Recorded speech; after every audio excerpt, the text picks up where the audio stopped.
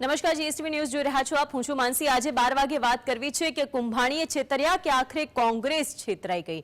સુરત લોકસભા બેઠક બિનહરીફ થઈ છે। જો કે આ બેઠક પરથી કોંગ્રેસની ટિકિટ પર ઉમેદવારી નોંધાવનારા નિલેશ કુંભાણી ફોર્મ રદ થયા બાદ સંપર્ક વિહોણા થઈ ગયા છે। જીએસટીવીની ટીમ જ્યારે નિલેશ કુંભાણીના ઘરે પહોંચી તો ત્યાં તાળું જોવા મળ્યું। નિલેશ કુંભાણી કોંગ્રેસ હાઈકમાન્ડના પણ સંપર્કમાં ન હોવાનું મનાય છે। મહત્વનું તો એ છે કે નિલેશ કુંભાણીના ફોર્મ ભરતી વખતે સાથે રહેલા 3 ટેકેદારોએ પોતાની સહી ન હોવાનું કહ્યું હતું અને કલેક્ટર કચેરીમાં સુનાવણી સમયે પણ તેઓ ગેરહાજર હતા। તે પછી નિલેશ કુંભાણીનું ફોર્મ રદ કરાયું। ફોર્મ રદ થયા બાદ 3 દિવસથી નિલેશ કુંભાણી સંપર્ક વિહોણા થયા છે। કોંગ્રેસના ઉમેદવાર નિલેશ કુંભાણી 3 દિવસથી સંપર્ક વિહોણા થયા છે। ત્યારે જીએસટીવીની ટીમ નિલેશ કુંભાણીના ઘરે પહોંચી છે। જોઈ શકાય છે તેમનું ઘર પણ 3 દિવસથી બંધ હોવાનું હાલ સામે આવી રહ્યું છે। પડોશી સાથે આપણે વાત કરીશું। બેન, કેટલા દિવસથી અહીં નિલેશ કુંભાણી ઘરે નથી? 2-3 દિવસથી નથી। ઘરમાં કોણ કોણ રહે છે? 2 ભાઈઓ રહે છે અને છોકરાઓ। અને તમને ખ્યાલ છે આ ફોર્મ એમનું પરત ખેંચાયું છે તે? એ તો 2 દી થા બધું બહાર આવ્યું છે તો એ આપણે આદમીને આવીને ઘરે કહે, અમને તો કાંઈ ખબર ન હોય। અહીંયા કોઈ આવેલું ખરી? નહીં, કોઈ આવ્યું નથી। કાલ કહું છું ખરા, 2 ભાઈઓ આવ્યા હતા, એણે કીધું, મેં કીધું નથી, તો એ તરત વહી ગયા। કોઈ રાજકીય નહીં, કોઈ નથી આવ્યું। બંધ હશે તો કોણ અહીંયા? બિલકુલ, પાડોશી પણ જણાવી રહ્યા છે કે 3 દિવસથી નિલેશ કુંભાણી ઘર બંધ કરી ફરાર થઈ ચૂક્યા છે। કોંગ્રેસના હાઈકમાન્ડ પણ તેમને સંપર્ક કરવાનો પ્રયાસ કરી રહ્યું છે, પરંતુ તે સંપર્ક વિહોણા થઈ ચૂક્યા છે। હવે હાઈકમાન્ડ દ્વારા તેમને હવે સંપર્કની અંદર લઈ અને તેમને સામે પગલાં લેવામાં આવે તેવી પણ ક્યાંક ને ક્યાંક કોંગ્રેસના કાર્યકર્તાઓની અંદર માંગ ઉઠી છે, પરંતુ હાલ તેમનો ઘરનું જે તાળું લાગેલું જોવા મળી રહ્યું છે। સાઈ જગતાપ, જીએસટીવી સુરત। તો અપડેટ તેના ઉપર સુરતની રાજનીતિના મોટા સમાચાર સામે આવી રહ્યા છે। મહત્વની વાત છે, એક તરફ નિલેશ કુંભાણી 3 દિવસથી સંપર્ક વિહોણા, તેમના ઘરે તેઓ નથી। હવે વાત અને ચર્ચા એ છે કે સંપર્ક વિહોણા નિલેશ કુંભાણી કે જેઓ ભારતીય જનતા પાર્ટીમાં જોડાઈ શકે છે।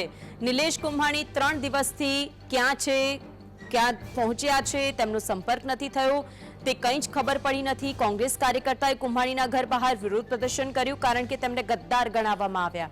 કોંગ્રેસ કાર્યકરોની પોલીસ દ્વારા અટકાયત કરી લેવામાં આવી, કારણ કે તેઓ પોસ્ટર તેમના ઘરે લગાવવા માટે પહોંચ્યા હતા। લોકશાહીની હત્યા કરી છે નિલેશ કુંભાણીએ, કોંગ્રેસના કાર્યકર્તાઓનો આ રોષ છે। કુંભાણીએ છેતર્યા કે પછી કોંગ્રેસ છેતરાઈ, તે હવે સૌથી મોટો સવાલ છે, પરંતુ આ બધામાં નુકસાન તો સૌથી મોટું કોંગ્રેસનું છે। સુરતની રાજનીતિને લઈને આ મોટા સમાચાર છે કે હવે આ નિલેશ કુંભાણી જે સંપર્ક વિહોણા થયા છે, તેમનો સંપર્ક ક્યાં સધાય છે અને આ સંપર્ક સધાયા પછી તેઓ કેસરિયા કરે છે કે કેમ, તેના ઉપર સૌની નજર છે। કારણ કે આપણે આ પહેલા પણ કોંગ્રેસનું એક એવું ઉદાહરણ જોઈ ચૂક્યા છીએ કે જેમાં પિતાની બીમારીનું બહાનું કાઢીને કોંગ્રેસ પક્ષમાંથી તેમણે કહ્યું કે અત્યાર પૂરતો તો હું નથી, અને પછી ભારતીય જનતા પાર્ટીમાં જ્યારે રોહન ગુપ્તા જોડાય છે ત્યારે પણ ઘણા બધા પ્રશ્નો ઉઠે છે। આવી જ રીતે એક પછી એક કાર્યકર્તાઓ કે જેમનું મન ભરાઈ જાય પાર્ટીમાંથી, પરંતુ આ બધાની વચ્ચે એક સવાલ એ પણ થાય કે આ બધામાં સુરતની જનતાનું શું?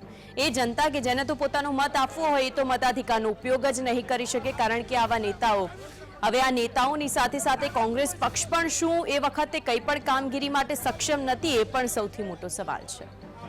સુરતથી કોંગ્રેસ ઉમેદવાર રહેલા નિલેશ કુંભાણીનું ફોર્મ રદ થયા બાદ તેઓ સંપર્ક વિહોણા છે। ભારતીય જનતા પાર્ટીમાં જોડાય તેવી અટકળો વચ્ચે સ્થાનિક કક્ષાએ કુંભાણી સામે પાર્ટીમાં રોષ ભભૂકી ઉઠ્યો છે।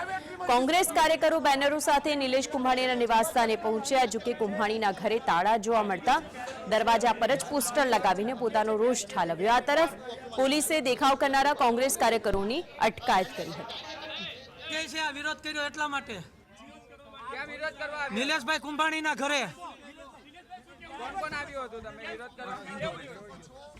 શહેર કોંગ્રેસના કાર્યકારી પ્રમુખ દિનેશભાઈ, શું કહેશો? વિરોધ પોલીસ અટકાયત કરીને લઈ જઈ રહી છે, શું કહેશો? જે આ લોકશાહીની સરેઆમ હત્યા છે, આ તાનાશાહી દાદાગીરી નથી તો શું છે?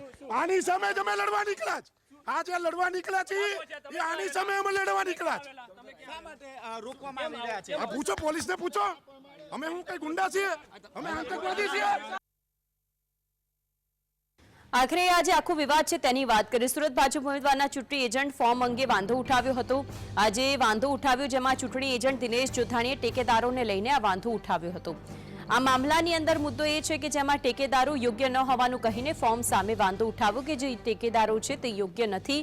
તે પછી કુંભાણીના 4 માંથી 3 ટેકેદારો કે જેમણે સોગંદનામું કર્યું કે અમે સહી કરી જ નથી. મુદ્દો એ છે કે સોગંદનામામાં તેમણે ટેકેદાર તરીકે સહી ન કરી હોવાનું ખુલ્યું હતું. ત્યાર પછી તેમને સમય આપવામાં આવ્યો. કલેક્ટરે શનિવારે નિલેશ કુંભાણી પાસે ખુલાસો માંગ્યો કે જે ટેકેદારો કહી રહ્યા છે શું તે સાચું છે. કલેક્ટરે નિલેશ કુંભાણીને રવિવાર સવાર 11 વાગ્યા સુધીનો સમય આપ્યો હતો કે આપ આપના ટેકેદારને રહીને હાજર થાઓ. તો આ જ અંગે વધુ માહિતી માટે સ્ટુડિયોથી સહયોગી અનિલ આપણી સાથે જોડાઈ ગયા છે. અનિલ, આજે જે 12 વાગે મુદ્દો છે એ છે કે કુંભાણી છેતર્યા કે કોંગ્રેસ છેતરાઈ, પરંતુ આ બધાની વચ્ચે એ મુદ્દો એ પણ સામે આવ્યો કે કેસરિયા કરી લે તો પણ નવાઈ નહીં. જે સંપર્ક તૂટ્યો છે, ક્યાંક સંપર્ક સધાઈ ગયો હોય તો પણ નવાઈ નહીં. માનસી, હું જરૂરથી એક વાત તમે જે કીધી કે કોંગ્રેસ છેતરાઈ કે પછી કુંભાણીએ છેતર્યા, પણ આ તમામ વચ્ચે સુરતની 17-18 કરોડ જનતા છેતરાઈ છે. કારણ કે એને હવે મત આપવાનો મોકો નહીં મળે અને જ્યારે પોતાના સાંસદ પાસે કોઈ કામ લઈને જશે ત્યારે તે સાંસદ કહી શકે છે કે ભાઈ તમે ક્યાં જીતાડ્યો છો, તો પપ્પાએ જીતાડ્યો છે મને, એટલે હવે તમારું કામ નહીં થઈ શકે. આ સંભાવના ખરી. હવે મૂળ વાત ઉપર આવીએ કે આખી ઘટનાક્રમમાં એવું નથી કે કોંગ્રેસ આ સમગ્ર ઘટનાથી અજાણ હતી. શરૂઆતથી જ લોકલ કાર્યકર્તાઓ જે છે કહેતા રહ્યા કે આ વિશ્વાસપાત્ર વ્યક્તિ નથી, આ વ્યક્તિ બીજેપી સાથે વ્યવસાય કરે છે, એના સંબંધો છે, કાલ ઉઠીને આ બીજેપી સાથે જોડાઈ શકે છે, દગો કરી શકે છે. છતાં સમગ્ર કોંગ્રેસ નીચેથી લઈને શક્તિસિંહ સુધી ધૃતરાષ્ટ્રની નિદ્રામાં ઊંઘતા રહ્યા અને આ સમગ્ર ઘટના થઈ અને હવે રોંદળું રોવે છે. મહત્વની વાત એ છે કે હવે પોતે ગાયબ થઈ ગયા છે નિલેશ કુંભાણી અને સ્થિતિ એ છે કે હવે સુપ્રીમ કોર્ટ કે હાઈકોર્ટમાં જવું પણ કયા બેઝ ઉપર, એટલે બાવાના 2 બગડ્યા જે કહેવત લોકોએ જૂનવાણી લોકોએ આપણે કીધું છે, બિલકુલ સાચી વાત છે. અત્યારે કોંગ્રેસની સ્થિતિ બાવાના 2 બગડા જેવી છે. સૂત્રો કહી રહ્યા છે કે થોડા દિવસોમાં ઇલેક્શન પહેલા કે 2-4 દિવસની અંદર નિલેશ કુંભાણી વિધિવત રીતે જોડાઈ શકે છે, કારણ કે એમને આર્થિક લાભ જે મળ્યો છે એને ઇનકેસ એમને કરવાનું છે અને એટલા માટે જ જે આરોપો આમ આદમી પાર્ટી તરફથી લગાવવામાં આવ્યા છે. તમને કહી દઉં કે આમ આદમી પાર્ટીએ જે તે સમય દરમિયાન 4 સીટોની માંગણી કરી હતી કે અમને 4 સીટો આપો, કઈ તમારી પાસે ઉમેદવારો નહીં હોય, પણ કોંગ્રેસે તે સમય દરમિયાન જીત કરી કે ના અમે જે છે અમે 23 કે 24 સીટો ઉપર લડીશું, તમે જે છે 2 સીટો ઉપર લડો. તમે જુઓ આમ આદમી પાર્ટીના લોકો જે દિવસે સમગ્ર ઘટના સામે આવી ત્યારથી બહાર થઈ ગયા. રાત્રે ગોપાલ ઇટાલિયા દેખાયા, એના પછી તેઓ દેખાયા નથી, કારણ કે એમને ખબર હતી કે જે આશંકા તે લોકોએ પહેલાથી વ્યક્ત કરી હતી. પણ કોંગ્રેસની આ ભૂલ છે અને કોંગ્રેસની ભૂલના કારણે આ તમામ ઘટનાક્રમ ઘટ્યું છે અને ગુજરાતના ઇતિહાસમાં 1-2 ઘટનાઓને બાદ કરતા ઐતિહાસિક ઘટના છે કે હવે તમારે સીધી રીતે ત્યાં કોંગ્રેસ નથી, કોંગ્રેસના આધાર છે અને સમગ્ર ગુજરાતમાં એક માહોલ એવું થયું છે કે કોંગ્રેસ મૂર્ખી છે, કોંગ્રેસ આંધળી છે અને કોંગ્રેસના કાર્યકર્તાઓ હવે આવી રીતે આક્રોશ વ્યક્ત કરી રહ્યા છે. તમે જુઓ જે રીતે દિનેશ સાવલિયાથી લઈને અનેક કાર્યકર્તાઓ પહોંચ્યા છે, એ એમનો આક્રોશ છે કે કેવી રીતે લોકો તેમને છેતરી રહ્યા છે, કેવી રીતે એવા લોકોને ટિકિટ અપાઈ રહી છે જેનો તેઓ વિરોધ કરે છે. એટલે હવે આક્રોશ મના કરીને કે વિરોધ કરીને તેઓ પોતાની જે રોષ છે એ આવી રીતે કાઢી રહ્યા છે. બિલકુલ અનિલ, આપ અમારી સાથે જોડાયા અને વિગતો જણાવી બદલ આપનો આભાર. તો આક્રોશ જે રીતે વ્યક્ત થઈ રહ્યું છે, આપણી સાથે રાજકીય વિશ્લેષક યોગેશ ચુડગર પણ જોડાયેલા છે. યોગેશભાઈ, જે રીતે સુરતની અંદર ખેલાઈ ગયો તેને લઈને આપનું સૌથી પહેલા પ્રતિક્રિયા શું રહેશે? પહેલા તો ભારતીય જનતા પાર્ટી ચૂંટાયેલા ધારાસભ્યોને કોંગ્રેસમાંથી ભાજપમાં લાવવાનું કામ કરતી હતી, પણ આ વખતે ભારતીય જનતા પાર્ટીએ નવો ખેલ કર્યો અને ઉમેદવાર હજુ તો ચૂંટણી થાય એ પહેલા જ એને સાથે ગોઠવણ કરીને કોંગ્રેસમાંથી એનું ઉમેદવારી પત્ર રદ કરાવવું અને આખો જે ડ્રામા છે એ પ્રી પ્લાન હોય એવું છે. આમાં નિલેશ કુંભાણી અત્યારે તમે જે વાત કરી રહ્યા છો એ પ્રમાણે એ 3 દિવસથી એ હાથમાં આવતા નથી. જ્યારે કલેક્ટર શ્રી પાસે એમણે રજૂઆત કરી કે ભાઈ આ 3 ટેકેદારો મારા છે પણ હવે એ લોકો હાજર નથી થઈ શક્યા, પછી એમનું એક એફિડેવિટ આવે છે કે ભાઈ અમે સહી નથી કરી. એ 3 ટેકેદારોને નિલેશ કુંભાણી હાજર નથી કરી શકતા અને આ 3 ટેકેદારો જે હતા એ કોઈ કોંગ્રેસના કાર્યકર નહોતા, એમના સગાવાલા જ હતા, એટલે એ હાજર ના કરી શકે એ કોઈ માન્યામાં આવે એવી વાત નથી. એટલે આખું આ બધું પ્રી પ્લાન હતું અને ભારતીય જનતા પાર્ટીએ ગમે તે રીતે કોઈ એવી જાતની રણનીતિ કરી, એવી કોઈ ગોઠવણ કરી કે આ નિલેશ કુંભાણી ચૂંટણીમાં ઊભા જ ના રહે, જેથી કરીને ભારતીય જનતા પાર્ટીના ઉમેદવાર મુકેશ દલાલ બિનહરીફ ચૂકાય. હવે પ્રશ્ન રહ્યો બાકી જે અપક્ષો હતા એના. હવે અપક્ષો તો બહુ નાના નાના હોય, એને મનાવી લેવા ભારતીય જનતા પાર્ટી માટે કોઈ મુશ્કેલ નહોતું. એક ઉમેદવાર એવા હતા કે જે જડતા નહોતા, પણ પછી એને બી પોલીસ અને ક્રાઇમ બ્રાન્ચ વગેરે વગેરેના ઉપયોગ કરીને એમને પણ શોધીને એમની પાસેથી પણ ઉમેદવારી પત્ર પાછું ખેંચાવ્યું અને એ રીતે મુકેશ દલાલ અત્યારે બિનહરીફ સુરતના લોકસભાના સભ્ય તરીકે ચૂંટાઈ આવ્યા અને કલેક્ટરશ્રીએ તો પૂરતી સમય આપ્યો કે ભાઈ તમે આજે નહીં ને કાલે પણ તમારા ટેકેદારોને હાજર કરો, પણ એ બધું શક્ય નહોતું એટલા માટે કે નિલેશ કુંભાણીએ પોતે અગાઉથી આ બધું પ્લાન કરેલું અને ભારતીય જનતા પાર્ટીના કહેવાતા કોઈ મોટા નેતા, હજુ નામ બહાર નથી આવ્યું, એમણે આખો આ પ્લાન ઘડ્યો હતો અને એ પ્રમાણે આ બધી રમત ચાલી. એટલે આજે ભારતીય જનતા પાર્ટીએ જે કંઈ કર્યું એ કોંગ્રેસ માટે શરમજનક છે. ભારતીય જનતા પાર્ટી તો સ્વાભાવિક છે કે પોતાની સીટો વધે એ માટેનો પ્રયત્ન કરે, પણ કોંગ્રેસ કેમ નબળી પડે છે? પણ કોંગ્રેસ માટે તો ભારતીય જનતા પાર્ટી તો ક્યાં એનું નામ ક્યાંય આવ્યું જ છે, એ પણ એક સવાલ છે ને. ખેલ તો આખો કોંગ્રેસ તો રચાઈ ગયો યોગેશભાઈ, આમાં તો કોઈનું નામ ન આવે અને બધું જ સમૂહ સૂત્રું પાર પડી ગયું, ખબર પણ ન પડી. ભલે લોકમુખે ચર્ચા હોય પરંતુ ક્યાંય સ્પષ્ટતા નથી. અને એટલા જ માટે એક નજર કરી લઈએ આખા ઘટનાક્રમ અને તેમાં પણ કુંભાણીએ છેતર્યા કે કોંગ્રેસ છેતરાયની પર. કારણ કે ભાજપનો જે ઘટનાક્રમ હતો, ઉમેદવારના એજન્ટે સવાલ ઉઠાવ્યા, આમાંથી કોંગ્રેસ ઉમેદવારના ફોર્મમાં સોગંદનામાને લઈને વાત કરી. બીજી તરફ બીજેપીમાંથી સુરત કલેક્ટરે કુંભાણી સામે ખુલાસો માંગ્યો, તો બીજી તરફ કોંગ્રેસમાંથી કહ્યું કે ખરેખર તેમના ટેકેદારો તેમની સાથે છે. ભાજપમાંથી માઇક્રો મેનેજમેન્ટની રાજનીતિ રમાઈ ગઈ અને કુંભાણીએ ફોર્મ રદ કરવાની વાત કરી. બીજી તરફ સુરતમાં ભાજપની પહેલી સીટ બિનહરીફ થઈ અને કોંગ્રેસની અંદર નિલેશ કુંભાણી, જે અત્યારે હજુ ક્યાંય હાજર નથી, ઘરે તાળા છે, કાર્યકરોએ વિરોધ પ્રદર્શન કર્યું છે અને બીજેપીમાં જોડાય કુંભાણી તેવી પણ અટકળોએ જોર પકડ્યું છે. આગામી સમયની અંદર કુંભાણી જોડાઈ શકે છે ભારતીય જનતા પાર્ટીમાં. હવે એ જોવાનું રહેશે કે ચૂંટણી પહેલા જ આ બધી જ શરતો કદાચ ચર્ચાઈ ગઈ હોય, ભરતી મેળો જે ભારતીય જનતા પાર્ટીએ શરૂ કર્યો હતો, કોંગ્રેસના નેતાઓ જોડાયા હતા, એ બધું જ હવે એક પછી એક સ્ટેપ વિઝન ક્લિયર થતું જોવા મળે છે.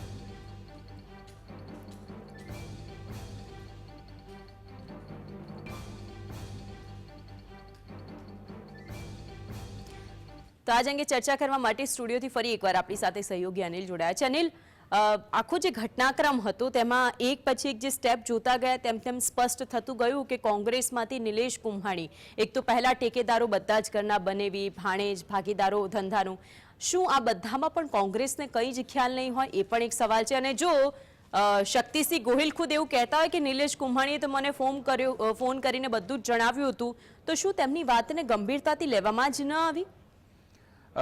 શક્તિસિંહ ગોહિલ માટે એટલું જરૂરથી કહી શકાય કે એ ધૃતરાષ્ટ્રની ભૂમિકામાં રહ્યા આખી ઘટનાક્રમમાં, એવું જરૂરથી લાગે છે. એવું નથી કે લોકલ નેતાઓ, તમે જો પપ્પન તોગડિયાથી લઈને તમામ લોકો કહી ચૂક્યા, અસલમ સાયકલવાલાથી લઈને તમામ લોકો કહી ચૂક્યા કે તેમણે મોવડી મંડળનું ધ્યાન દોર્યું હતું. તો મોવડી મંડળ કોણ? રાહુલ ગાંધી સીધી રીતે વાત નથી સાંભળતા, કે જયરામ રમેશ સીધી રીતે વાત નથી સાંભળતા, કે તમે સોનિયા ગાંધી, પ્રિયંકા ગાંધી કે તમે મલ્લિકાર્જુન ખરગે પાસે નથી જતા. અહીં સર્વોચ્ચ હાઈકમાન્ડ એટલે શક્તિસિંહ ગોહિલ. શક્તિસિંહ ગોહિલ અને એમની ટીમ હવે જો એ તપાસ ન કરાવે અને એ જો એ કહેતા હોય કે મને ફોન આવ્યો હતો અને પછી તમે તર્ક આપો, જે તર્ક ચાલી ન શકે તમારા, અને એને ગળે ઉતારવાની તમારી વાત હોય, તો નિશ્ચિત છે કે તમે અથવા તો મૂર્ખ છો અથવા તો મૂર્ખ બનવાનું ડોળ કરી રહ્યા છો. મૂર્ખ હો તો એ ચાલી શકે છે, પણ તમે જો મૂર્ખ બનવાનો ડોળ કરતા હોય તો એ તમારા માટે પણ જોખમ છે અને તમારા સમગ્ર સંગઠન માટે જોખમ છે. અને સમગ્ર સંગઠનમાં એક એવો ભાવ જાય કે તેમનો જે નેતા છે એ અથવા મૂર્ખ છે અથવા તો મૂર્ખામી કરવાનો ડોળ કરે છે. સવાલ એ છે માનસી કે તમે કઈ રીતે સમજશો? ભાજપે તો તમામ લાજ શરમ નેવે મૂકી દીધી છે એમના પીએમ થી લઈને નીચે કાર્યકર્તા સુધી કે અમને કંઈ પણ કરીશું, અમારે 400 સીટો જીતવી છે, ફરીથી સત્તામાં આવી છે, કારણ કે સત્તામાં નહીં આવી તો અમે બધા જેલ જઈશું, એ નક્કી છે. પછી ઇલેક્ટોરલ બોન્ડની ઘટના હોય કે કોઈ બી ઘટના હોય, એટલે એમને તો આ બધી કરવી પડે એવી સ્થિતિ છે. પણ તમારી શું મજબૂરી છે કે તમે આંધળા બનીને બેઠા છો, તમામ લોકો કહે છે છતાં સાંભળતા નથી? બિલકુલ બિલકુલ. યોગેશભાઈ, જે રીતે અનિલે પણ એ વાતનો ઉલ્લેખ કર્યો કે જો બધું જ ખબર હોય છતાં પણ ન સાંભળવામાં આવે તો એને સમજવું શું. હવે અહીંયા એક વાત યોગેશભાઈ એ પણ કહેવી અને પૂછવી પડે કે આમાં સુરતવાસીઓનું શું વખત, જે વ્યક્તિ કે જેને મત પક્ષને નહીં અપક્ષને આપવો હોય કે પછી અન્ય પક્ષને આપવો હોય, સુરતવાસીઓ તો મતાધિકારનો ઉપયોગ જ નહીં કરી શકે. 17 લાખથી વધારે મતદારો સુરતની લોકસભા સીટ માટે હતા. એમાંના એક પણ ને અત્યારે મત આપવાનો ચાન્સ મળ્યો નહીં. અને આ લોકશાહીનું પવિત્ર પર્વ જે ઉજવવાની વાત હતી કે તમારો વોટ આપો, પણ હવે કોને આપવો? હવે ચૂંટણી નથી રહી, બિનહરીફ થયા, ત્યારે હવે ધારો કે કોઈ પ્રશ્ન ઊભો થાય અને તમે તમારા પ્રતિનિધિને કહો કે ભાઈ આની રજૂઆત કરો, આનો ઉકેલ લાવો, તો જવું કોની પાસે? હવે મુકેશ દલાલ પાસે જાય, કોંગ્રેસના બિનહરીફ ચૂંટાયેલા સાંસદ પાસે, ત્યારે એમ કે ભાઈ તમે મને ક્યાં વોટ આપ્યો છે? હું તમારો પ્રતિનિધિ છું કે હું તો મારી જાતે આવી બેઠો. એટલે આ રીતે સુરતની જનતા અત્યારે એમ કહેવાય કે કોઈ પણ જાતના ટેકા વગરની થઈ.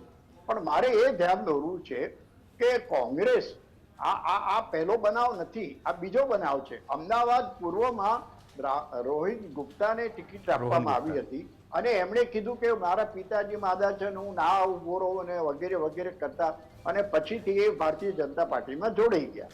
ત્યારે કોંગ્રેસ પોતે એટલી સજાગ કેમ નથી રહેતી કે અમે એવા લોકોને ટિકિટ આપીએ કે જે કોંગ્રેસના મજબૂત ટેકેદાર હોય, એના સંસદ સભ્ય તરીકે તમે રજૂ કરો છો?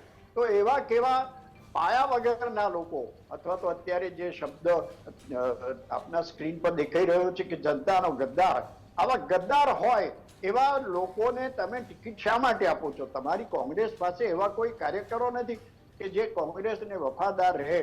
અને આ બીજો બનાવ છે.